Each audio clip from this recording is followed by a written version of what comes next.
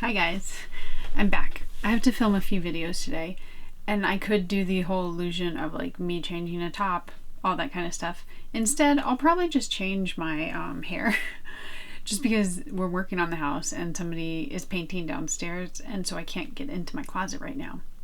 So, the mask has been revealed. I don't know what that means, but I said it. Okay, so you are here because I promised a smudge proof, transfer proof, mask proof, I don't know the word that I'm going to use yet, makeup application. So that's what I'm going to deliver. This is a year too late. I know people needed this at the beginning of COVID when they were wearing their masks, but I think a transfer proof makeup is kind of valuable all the time. And I don't think masks are going to go anywhere anytime soon. I think we're going to be wearing them for a while, regardless of if you like it or not. So this is still important, in my opinion. Okay, let's get going. I will list everything in the description below. I'm not going to necessarily talk about like my thoughts on each product, but that's my cat. There's usually a window here. I have to like close it off when I film. So she's here because she's upset that she can't see out the window. Very upset. Okay, you gotta go. You gotta go. Okay, we're gonna start off with our base, of course. Now, you can do whatever you want for sunscreen. That is honestly, I don't think as like vital as the rest of the steps. For me, I've already put on my sunscreen. I put on the moisturizer, all that kind of serum stuff beforehand. It's had plenty of time to sit. I am quite dewy. That's just from the vitamin C serum that I'm using. So yeah, we're gonna jump in. It'll be actually really good for like the makeup application because sometimes when it's a little bit tacky, it serves as a primer. Now you can use a primer beforehand. I personally don't think primers are all that spectacular. If you have dry skin, just use a moisturizer. That's gonna be what your skin needs. Now, if you do have like larger pores, that's when I think a primer can help. And a pore filling one is gonna be something that you would be using anyway. So go ahead and use that. But otherwise, I don't think that's the key to getting your makeup to stay on and not smudge. My thoughts so. Okay, so we're gonna be we're gonna be using the MAC Face and Body Studio Radiance. I don't know what they call it these days. This is the new formula. It is a new formula, whatever people say. They've changed the order of ingredients, thus making it a new formula. And then this is the Fenty Ease Drops. These I did a review on. I will link it above. I didn't think they were so spectacular because I don't think that they're really a tinted moisturizer, which is what I thought they were supposed to be. It's more like light coverage foundation. And then of course you know my thoughts on MAC. I have many videos on it and you know, it's a good one. It's a great one actually.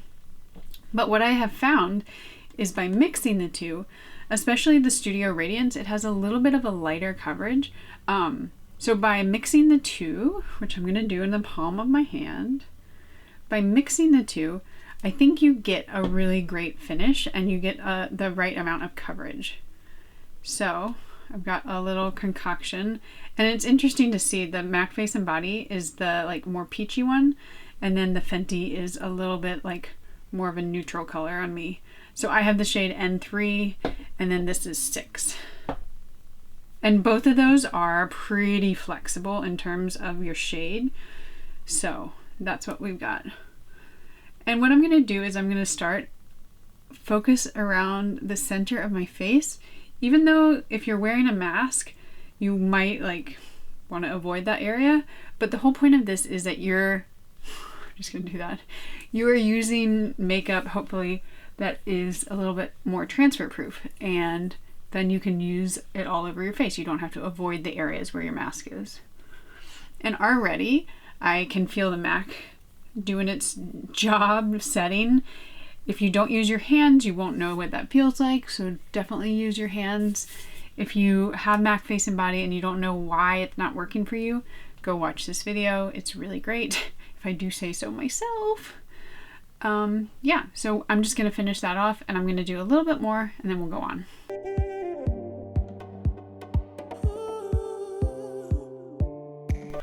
So both of these just kind of leave you with this really natural look, especially when you mix the two, because you actually get a little bit more coverage from the Fenty one. And then the MAC Face and Body has that very skin-like finish, which it's kind of renowned for, and that's why people love it. So I think that's good for now. I do have, I don't know what this is. It's like a zit, but we're going to leave the kind of the base very light coverage just to cover up any discoloration, you know, kind of even out the tone. That's what we're using it for. Next, we will go in with concealer. So what I have found to be one of the best transfer proof concealers is the NARS Radiant Creamy Concealer. This is probably no surprise to most of you.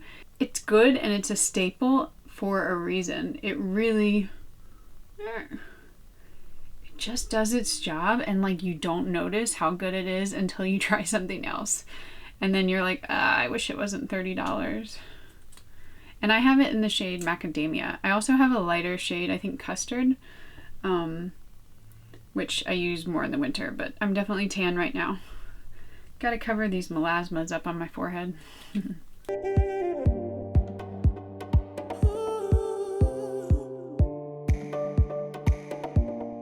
That was easy. Like, I mean, I sped that up, but I also could just show you how easily that blends out. And one thing I do like to do, just if I got like a little bit too much of anything on, and that's kind of big in the transfer proof part of this, if you put too much product on, you're probably going to have a little bit more transfer. So my recommendation is take a wet sponge. I just use some setting spray, and in any areas that you think you maybe got like a little bit too much, just pat it out.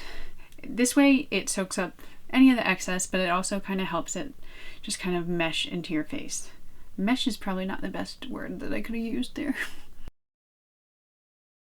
And then you can see, like, I'm not picking up a ton, but I'm just getting any excess off. I forgot to mention, the whole goal of this is that it's actually a pretty easy and quick routine. I don't want to have a routine that takes like 18 hours.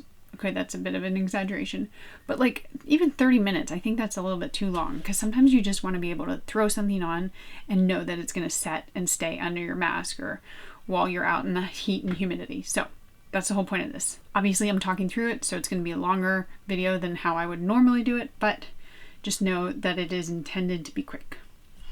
Next thing that you should do, this really does help. It's a step I often forget, but when I don't forget it, I can see the difference. Any setting spray will do. Obviously the all-nighter is going to be even better, just because it really is a good setting spray to keep your makeup on.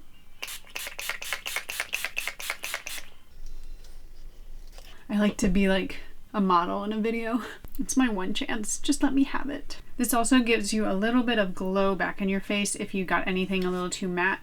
The problem that I do find sometimes is I tend to get glowier. My skin is more normal to combination these days. And so sometimes if I put a little bit too much on, then I need to powder. But luckily for us, we're going to powder anyway.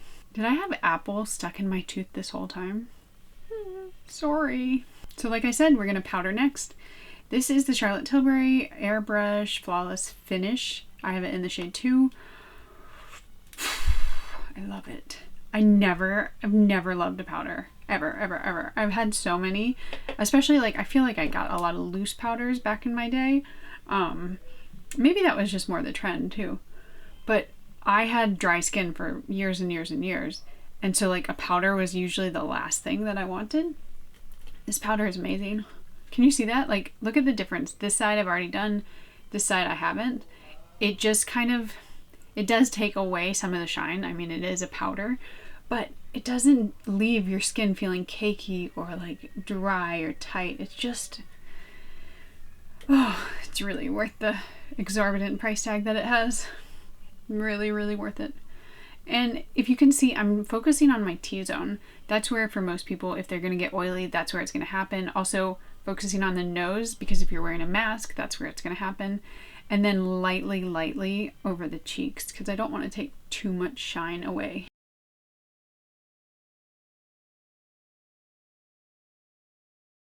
And this powder does have a little bit of coverage, not like a ton, but it does come in 4 shades, so you're going to see some color to your skin, so just keep that in mind. It's not translucent. So this is the Burt's Bees blush. I have it in the shade Bare Peach, and I actually use it more as a bronzer. So it doesn't look, on camera it looks more like neutral. In person it looks more peachy. I find that it makes a really good like neutral peachy blush on my skin tone. It's very strong though, so be careful. And I need a little bit more color in my face. My body is quite tan. My face, I use sunscreen on. I should use it on my body, but I don't. So don't tell me how to live my life.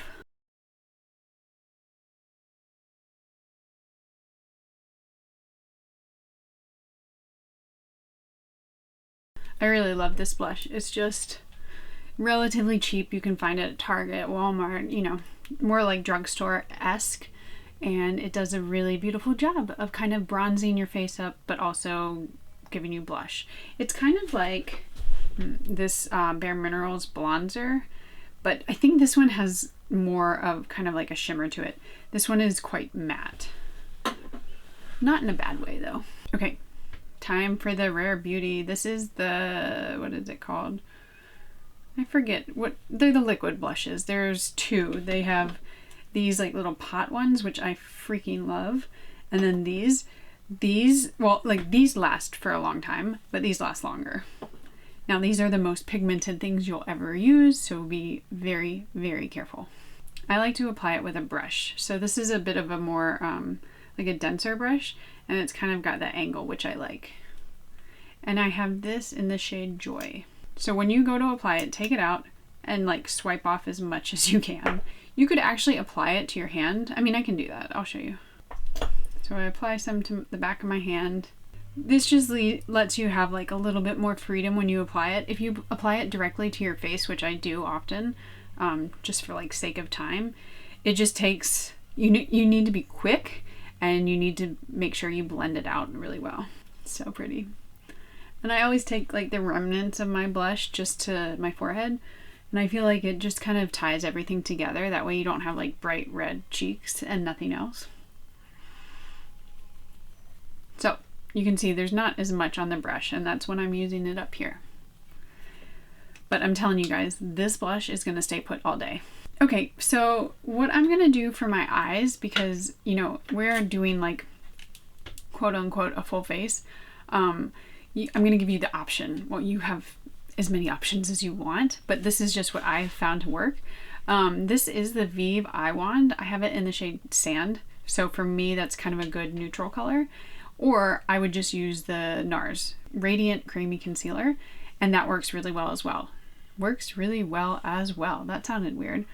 But basically the point is they're not going anywhere. This bad boy stays on forever. So if you really want transfer proof, it's a good base for shadows. You could use it alone. The only problem is if you live in the US, of course, she's based out of Scotland or like the UK, so it's a little bit harder to get your hands on. That's why I offer you this suggestion, so you can use it for your eyes and the rest of your face. Of course, there is the faction of like usually makeup artists that are like, no, don't use anything but an eye primer. I don't know. I have the eye primer from NARS, and I don't see a huge difference between that and the Radiant Creamy Concealer, so, you know. And you can blend this one out with your fingers or a brush. Kind of works either way. Okay, so that's it. And for this video, I'm not gonna really do much more of a shadow. I sometimes take the bronzer, blush, whatever I use, like this case, like this one, and I'll go over my eyes just to kind of, again, tie everything together. But I'm keeping it real simple today. Next up, we're doing our eyes. So, MAC, what is this called? It's called Brush Stroke. Brush Brown. No, Brush Stroke in Brush Brown. Comes in two shades, black and brown. This is the brown. I don't know. Like, this part is probably the part that you could get away with doing, like, a lot of things, unless you have eyeliner issues. But this is just the one that I've been loving because it comes in a brown and it goes on so easily. You could do without, and I don't think it's not the most vital part of this process. Not at all. All right, friends, we're back. I don't know what happened to the headband. I have this like the 50s flip. It's just because of the hairdryer I use. Anyway, I went ahead and applied my mascara just because you don't need to see me apply mascara. You know how to do that, right? But I am using the Velour new tubing mascara. So I will link that video above. I did a full review on it. It's a really nice volumizing tubing mascara. And my recommendation for this, of course, like for this whole video, you don't have to have every single product I use. I think the base products are the most important. The rest of them, like the eyeliner, like find an eyeliner. It's probably not going to go anywhere. Same goes for the mascara in a sense. I recommend tubing mascaras if you don't want your mascara to go anywhere. They're not going to flake. It's not going to transfer. It's going to be pretty stay put, especially with like the moisture of your mask going up. And I have found this one. This is the new Velour, like I just said. This is the Blink tubing mascara. These are two really good volumizing tubing mascaras that are not transferring at all. So, you know, do what you will, but mascara for the most part, unless you have issues with it, I think tubing are going to be the way to go. But if you don't want to use that, just use whatever mascara you have. And last up, we have the brows. So my brows are microbladed. I actually have pretty full brows, like before I got them microbladed. I think brows, you know, they're not going to go anywhere because you're not going to have a mask on them. The only time they're really going to kind of have that option of going somewhere is if you're sweating and or like running and working out, that kind of thing. And then that's probably a video for something else. Like there's probably a video out there on how to get your brows to stay. But since I don't really deal with that, and even like when I did fill them in, I didn't feel like a normal brow pencil, they would go anywhere. I'm not going to actually go over that. So you do you, boo. But the last thing we're going to do is the Anastasia Brow Freeze. I have had this for a while and I wasn't a huge fan of it at first. And I think I was just doing it wrong. So what they recommend, and I watched a video on this, like, because I still need to watch tutorials apparently. I get a little bit on my spoolie. This is just one I got off of Amazon. And then you put it in the cap, like so, and kind of like brush it, get it all through the brush. And then you go into your brow. And I like to go, I use my opposite hand. So like my left hand, my right eyebrow, and I brush my brow up. This is not a video on how to do brows per se.